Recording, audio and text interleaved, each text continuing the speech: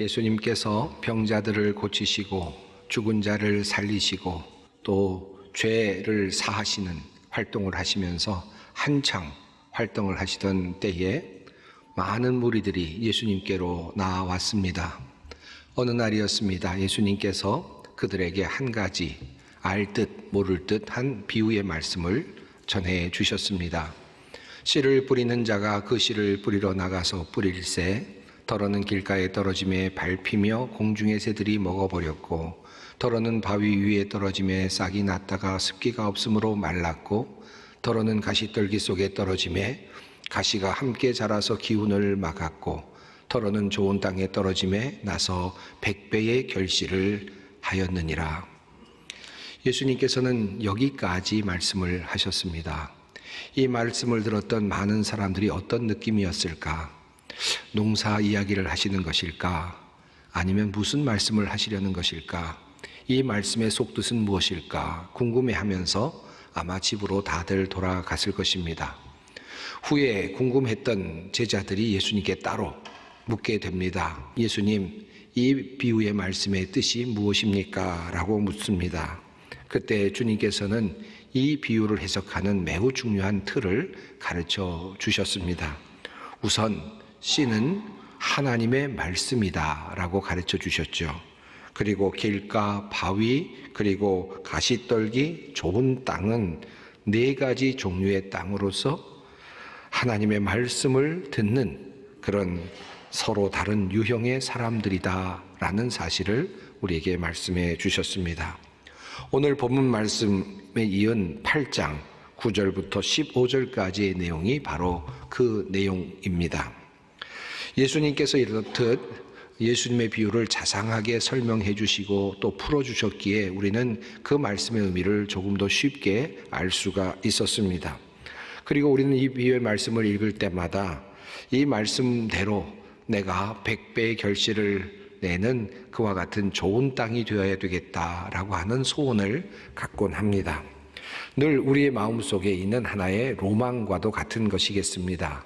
나도 정말 신앙생활을 잘 했으면 좋겠고 좋은 땅이 되어야 되겠다라는 마음이 늘 우리 가운데 있습니다.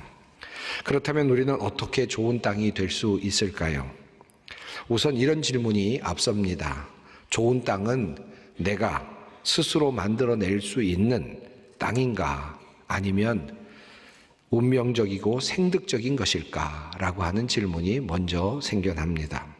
그리고 또 질문이 따라옵니다. 말씀을 듣고 좋은 땅이 되어서 열매를 맺게 된다면 그 열매는 과연 무엇일까? 언뜻 보면 쉬운 이야기 같지만 살피고 생각할수록 많은 의문이 생겨나는 예수님의 비유의 말씀이 아닐 수 없습니다.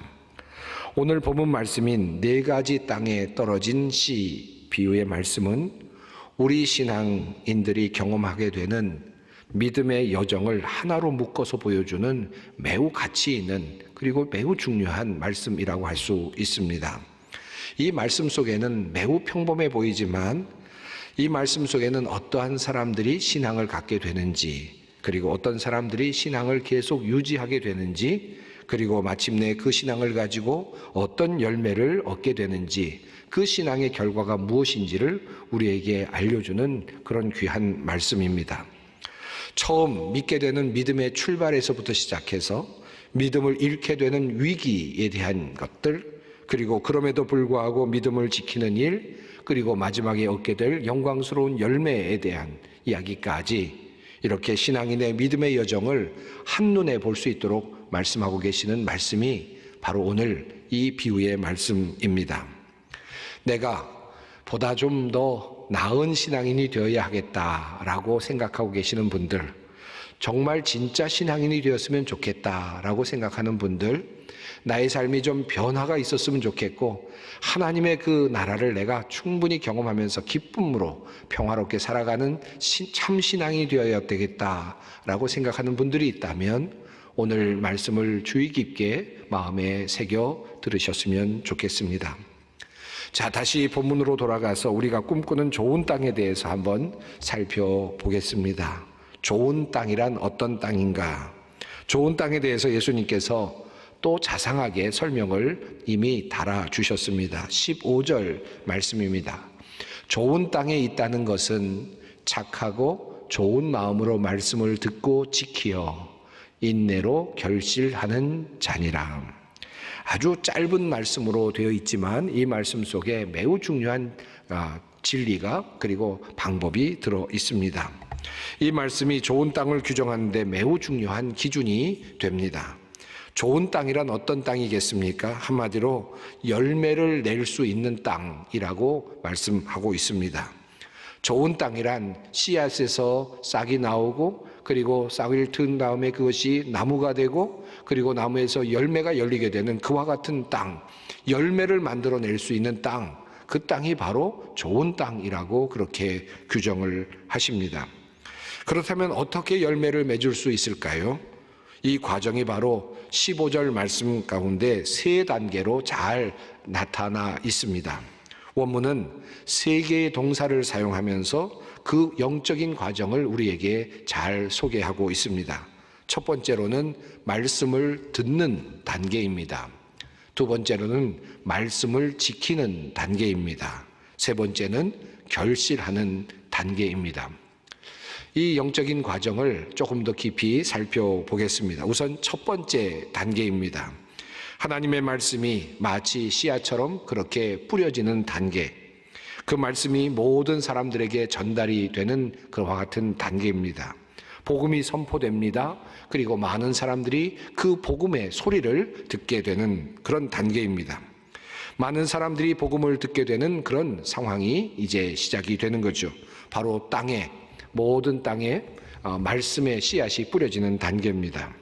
이 좋은 땅의 첫 번째 조건이지만 이 단계는 모든 다른 세 가지 땅에서의 조건이기도 합니다. 모두 해당되는 단계이죠.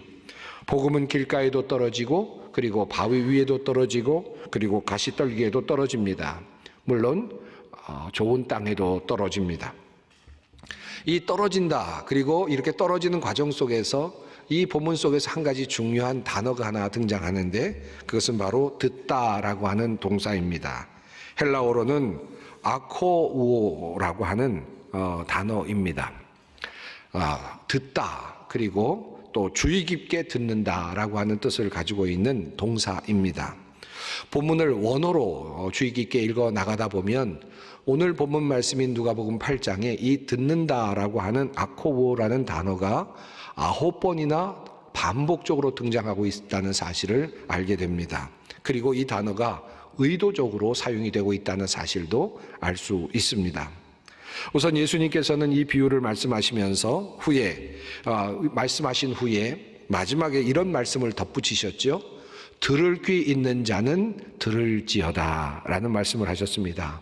이 짧은 문장 안에 아코우라는 단어가 2번이나 단어가 사용이 됩니다. 우선은 들을 귀 있는 자라는 표현에서 듣다라는 표현이 나오고 있고 또 들으라라는 말씀 속에서 또 듣다라는 표현이 나오고 있습니다.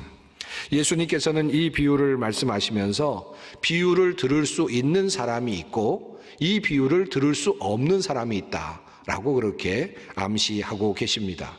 자, 그렇다면 하나님의 말씀을 들어도 주님의 말씀을 들어도 듣지 못하는 운명을 타고 태어난 사람이 있다는 말인가요?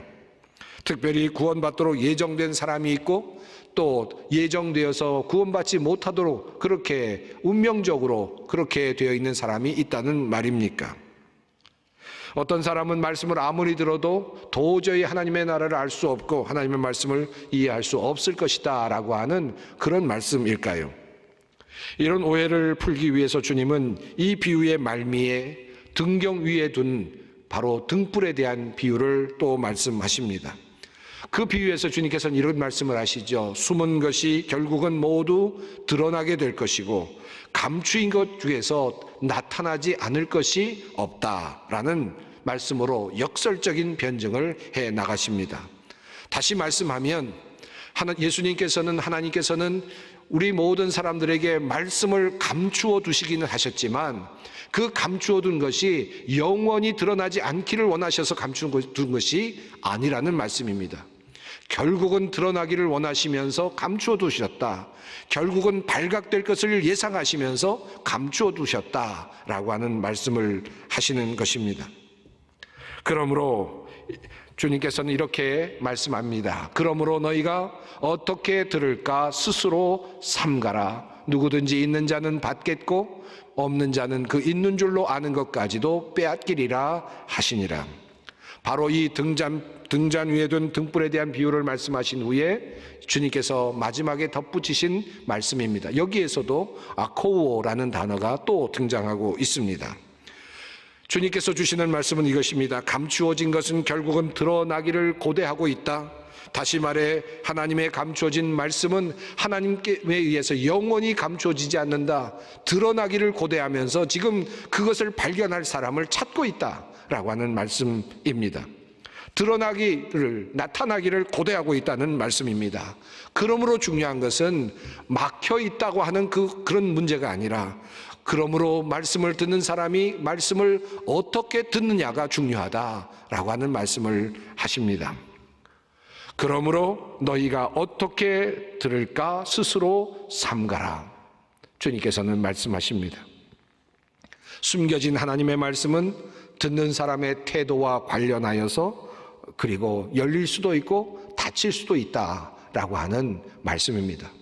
주님께서 비밀스럽게 비유로 닫아두셨지만 찾는 자는 찾을 것이고 구하는 자는 얻을 것입니다. 말씀을 듣기 원하는 사람은 그 말씀을 듣게 될 것입니다. 그렇다면 어떤 태도로 삼가며 주님 앞에 나가는 사람이 말씀을 듣는가? 오늘 주님께서 주시는 비유의 말씀 속에서 듣는다라는 말 앞에 주님께서는 그래서 하나의 수식 어구를 붙여 두셨습니다. 좋은 땅에 있다는 것은 착하고 좋은 마음으로 말씀을 듣고 라고 주님은 말씀하십니다. 이곳에 사용된 착하고 좋은이라는 말씀은 원어로 본다면 모두 다 좋다라는 뜻을 가지고 있습니다. 하나님의 말씀을 받는 것 그 자체는 좋은 마음이어야 한다라는 뜻입니다. 악한 의도로 주님의 말씀을 듣는 것, 악한 마음으로 주님의 말씀을 받는 것, 또 다른 어떤 사적인 어떤 목적을 가지고 주님의 말씀을 받으려는 것, 욕심과 욕정을 가지고 주님의 말씀을 받는 것, 그것은 주님의 말씀을 진정으로 받을 수 없는 것입니다. 착한 마음과 진실한 마음으로 하나님께 나아갈 때 하나님께서는 그 말씀을 들을 수 있도록 열어주십니다. 그러므로 말씀을 들을 때 우리가 생각해야 할 두 가지 매우 중요한 우리의 태도가 있습니다. 우선 첫 번째로는 가능한 말씀을 듣고 읽을 기회를 많이 늘리는 것입니다. 주님의 말씀이 씨앗이라고 했습니다. 씨앗은 생명이 있습니다. 그 씨앗을 우리가 많이 받는 것, 많이 우리 안에 두는 것, 그 말씀이 내 안에 들어와서 나를 바꿀 수 있도록, 내 안에서 말을 걸어올 수 있도록 만드는 것, 이것이 필요합니다. 주님의 말씀의 씨앗이 많이 뿌려지도록 노력하는 것입니다. 이것이 우리가 해야 할 첫 번째 일입니다. 두 번째로는 말씀을 들을 때마다, 씨가 뿌려질 때마다 기대하는 마음과 좋은 마음과 착한 마음, 긍정의 마음으로 말씀을 받는 것입니다. 그리고 그 말씀을 읽고 들을 때 성령께서 우리의 눈을 열어주시는 것입니다. 우리의 귀를 열어주시는 것입니다. 그때에서야 말씀이 들려오고 그 말씀이 나의 안에 머물게 되는 것입니다. 어떻게 해서든지 말씀을 들을 수 있는 기회, 말씀이 나에게 다가올 수 있는 기회, 말씀을 읽음으로, 말씀을 들음으로 끊임없이 말씀이 내 주위에서 나의 영혼 안에, 나의 삶 속에 끊임없이 떨어지고 또 떨어질 수 있도록 기회를 만드는 일, 그리고 착한 마음으로 그 말씀을 받아들이는 일이 우리에게 필요합니다. 좋은 땅의 두 번째 단계는 지키는 단계입니다. 씨앗이 땅에 떨어져서 그 안에 머무는 시간이 필요합니다. 사실 우리는 좋은 땅이라 그러면 상태를 주로 생각을 하지만 주님께서 말씀하시는 좋은 땅의 의미 속에는 시간의 의미가 함께 담겨 있습니다. 좋은 땅은 그 자체로 생명력이 있지 않습니다. 좋은 땅 안에는 생명 자체가 없습니다. 생명은 그 씨앗 안에만 존재합니다. 생명력은 씨앗에 있죠. 그 씨앗이 죽지 않고 그 씨앗 안에 있는 생명이 죽지 않고 생명력을 유지하면서 그 안에 그 땅에 오래 머물 수 있도록 만드는 것, 이것이 바로 좋은 땅이 하는 일입니다. 상태가 좋아도 씨앗이 없다면 절대로 생명이 나올 수 없습니다. 그러나 상태가 조금 나빠도 그 씨앗이 그 땅에 있으면, 그리고 그 씨앗이 보존이 되고 그 씨앗에서 싹이 나오고 자랄 수만 있다면 그 땅은 좋은 땅이 되는 것입니다. 그래서 새 번역은 말씀을 굳게 간직하고 라고 그렇게 번역합니다. 말씀이 우리 마음속에 확신으로 머무는 단계를 의미하는 것입니다. 원어로는 단단히 붙잡다라고 하는 뜻을 가지고 있습니다. 예수님의 이 비유 속에는 말씀을 단단히 붙잡지 못해서 실패한 두 경우가 잘 우리에게 소개되고 있습니다. 바위에 떨어진 씨앗이 그렇고, 그리고 가시떨기에 떨어진 씨앗이 그러했습니다. 그들은 함께 자라나는 듯 했지만, 씨앗이 이제 싹이 막 나는 듯 했지만 결국은 그 싹을 틔우지 못하고 결국은 그만 죽고 말았습니다. 예수님께서는 이 두 경우를 영적으로 이렇게 해석해 주셨습니다. 바위 위에 있다는 것은 말씀을 들을 때에 기쁨으로 받으나 뿌리가 없어 잠깐 믿다가 시련을 당할 때에 배반하는 자요, 가시떨기에 떨어졌다는 것은 말씀을 들은 자이나 지내는 중 이생의 염려와 재물과 향락의 기운이 막혀 온전히 결실하지 못하는 자요. 이 말씀은 우리가 하나님의 말씀을 받을 때 감동으로 받고 감격으로 받을지라도 그 말씀이 자라지 못하고 그리고 머물다가 결국은 사라져버릴 수 있다는 사실을 우리에게 알려주고 있습니다. 사실 우리 그리스도인들이 지금도 우리 안에서 반복적으로 경험하고 있는 신앙의 삶의 형태라고 할 수도 있겠습니다. 우리는 말씀을 들을 때에 하나님께서 열어주시는 그 귀를 통하여서 말씀을 달게 받을 때가 있습니다. 우리의 마음을 흔들어 놓는 그 말씀을 받으면서 감격하고 감동할 때가 참 많이 있죠. 말씀이 내 안에 들려올 때가 있습니다. 이것은 이미 은혜입니다. 그런데 그 말씀이 내 안에서 머물러 있지를 못합니다. 어려운 일이 있을 때 그 자리에 근심이 들어가서 말씀의 자리를 빼앗고 맙니다. 말씀이 머물지 못하고 걱정이 그 자리를 차지합니다. 욕망이 들어가서 말씀의 자리를 빼앗습니다. 말씀이 머물지 못하고 욕정과 욕망의 그 지배를 마음이 받게 됩니다. 우리는 늘 이런 일을 반복하며 경험하며 살아가고 있습니다. 말씀이 자라날 수 있는 환경을 만드는 것, 이것이 바로 좋은 땅이 해야 하는 일입니다. 작은 한 구절의 말씀이라도 좋습니다. 나의 삶을 이끌어갈 수 있는 그 말씀이 내 마음속에 머물고 그 말씀이 나를 주장하고 나를 컨트롤하고 그리고 나를 인도하는 그런 경험, 그 말씀이 꾸준히 내 마음속에 남아서 내가 이런 일을 할 때나 저런 일을 할 때나 나에게 힘을 주기도 하고 때로는 책망하기도 하는 그런 말씀이 내 안에 있을 때 우리는 말씀이 자라나는 것을 보게 되는 것입니다. 한 걸음 더 나아가서 성경은 세 번째로 인내라는 표현을 쓰고 있습니다.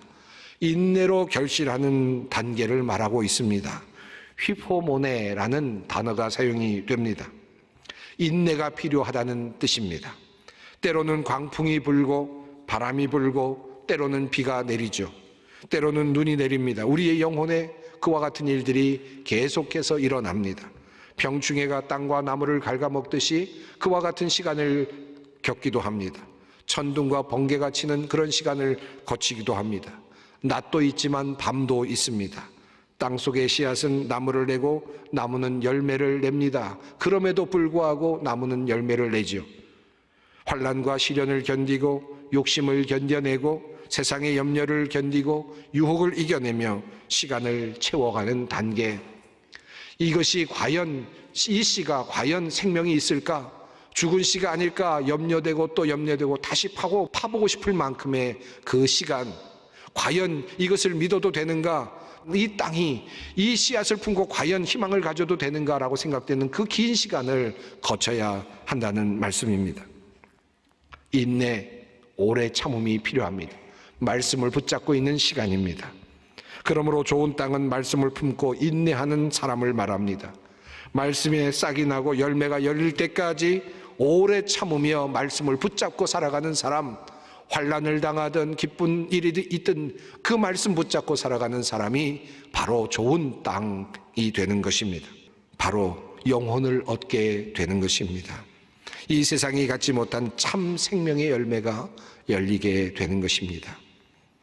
우리가 복음을 받아서 말씀을 받아서 얻게 되는 바로 그것입니다. 예수님께서 오늘 비유를 제자들에게 해석하여 말씀하여 주셨을 때 또한 이렇게 말씀하셨습니다. 이르시되 하나님 나라의 비밀을 너희에게는 주었으나 외인에게는 모든 것을 비유로 하나니 라고 말씀하십니다. 하나님 나라의 비밀이라는 표현이 이 말씀 속에 나옵니다. 즉 우리가 딸 열매는 바로 하나님 나라라는 사실을 암시하고 있습니다. 하나님께서 하나님 나라의 비밀을 외인들에게는 감추어 두셨다. 그러나 말씀 속에 열어두셨고 그것을 발견할 수 있도록 해주셨다. 말씀을 통해서 우리가 하나님의 나라를 발견하게 되고 또 성취하게 될 것이라는 말씀입니다. 참된 평화가 우리 가운데 어디 있습니까? 참된 기쁨이 어디 있습니까? 주님의 말씀이 자라나는 곳, 그래서 열매를 맺는 바로 그곳, 그 열매 가운데 생명이 있고 참 생명이 있고 그리고 하나님의 나라, 우리가 알지 못하는 하나님의 나라의 그 하나님의 원리가 담겨집니다. 참된 평화가 오는 것이고 이 세상이 우리에게 주지 못하는 참된 안식이 주어지는 것입니다. 이 비결을 누리는 것이 바로 말씀을 듣고 말씀을 품고 말씀을 인내하는 바로 그 과정에서 나타나는 것입니다. 인내가 필요하다는 말씀은 우리에게 평화나 기쁨이나 하나님의 나라가 단번에 주어지는 것이 아니라 시간이 필요하고 기다림이 필요하다는 의미이기도 합니다. 평안과 평화, 기쁨과 하나님의 나라는 우리가 가꾸어 감으로 우리 안에서 점차 실현되고 만들어지고 나타나는 바로 그러한 나라입니다. 조급하지 않고 서두르지 않고 말씀을 지켜내며 시련과 어려움 속에서도 말씀을 붙잡고 놓지 않고 기다리는 것, 이것이 우리가 해야 할 일입니다. 바로 좋은 땅의 비밀입니다. 사랑하는 성도 여러분, 실망하거나 낙심하지 말고 주님의 말씀을 오늘도 굳게 잡으십시다. 그리고 이 말씀이 내 안에서 발현되기를 끊임없이 소망하십시다. 우리 주님께서 우리를 향하여 원하시는 바로 그것입니다.